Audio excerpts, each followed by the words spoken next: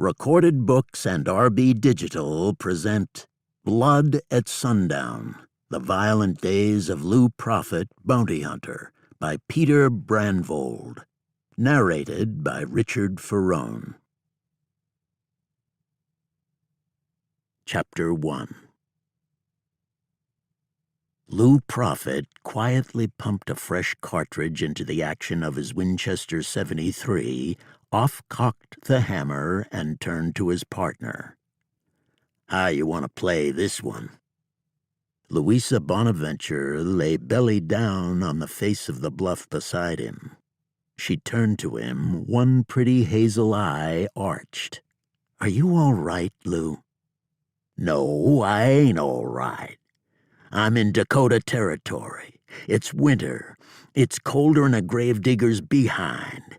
There are sundry parts of myself I haven't felt since we left Deadwood early last week. In fact, I'm not sure everything's still where it's supposed to be and hasn't frozen off.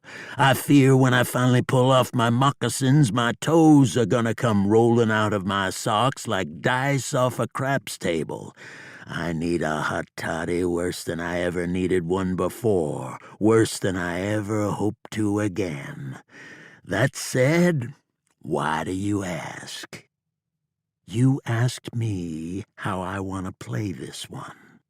You usually like to call it yourself, since no one, especially a woman, is as smart as you are."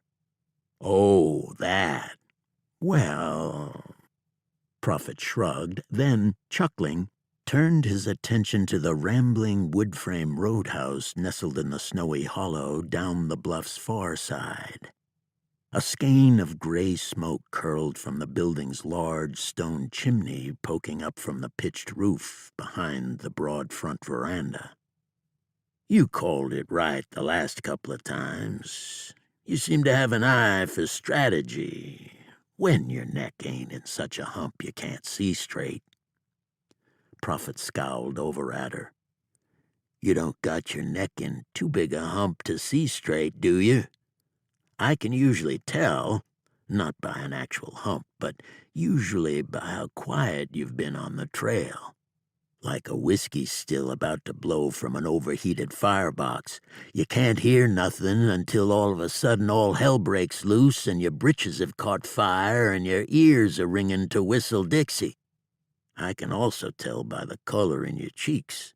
Usually, when your blood's in a boil and you're primed to go off half-cocked to start shooting at folks left and right with those pretty Colts of yours, your cheeks are as red as the yams old Ma Prophet used to grow in her garden patch."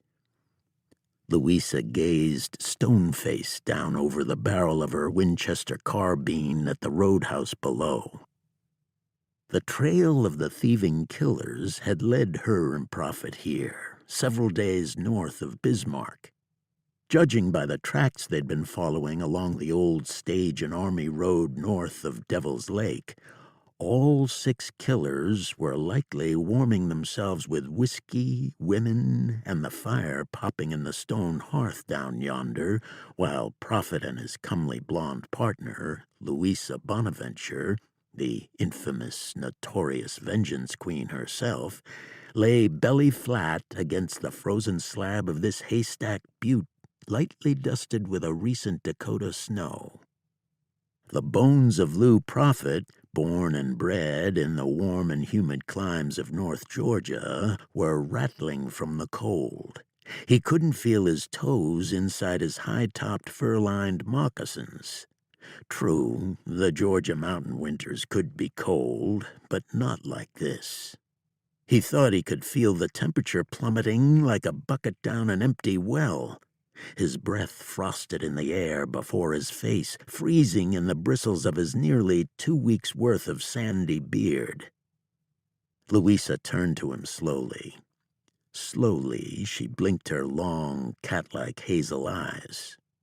"2 things we know for sure haven't frozen off you, Lou." "Oh? What 2 things are that, pray tell?" Prophet gave her a lusty smile. "Keep it clean, Miss Bonaventure. This ain't the time nor the place for your farm talk." Your vocal cords.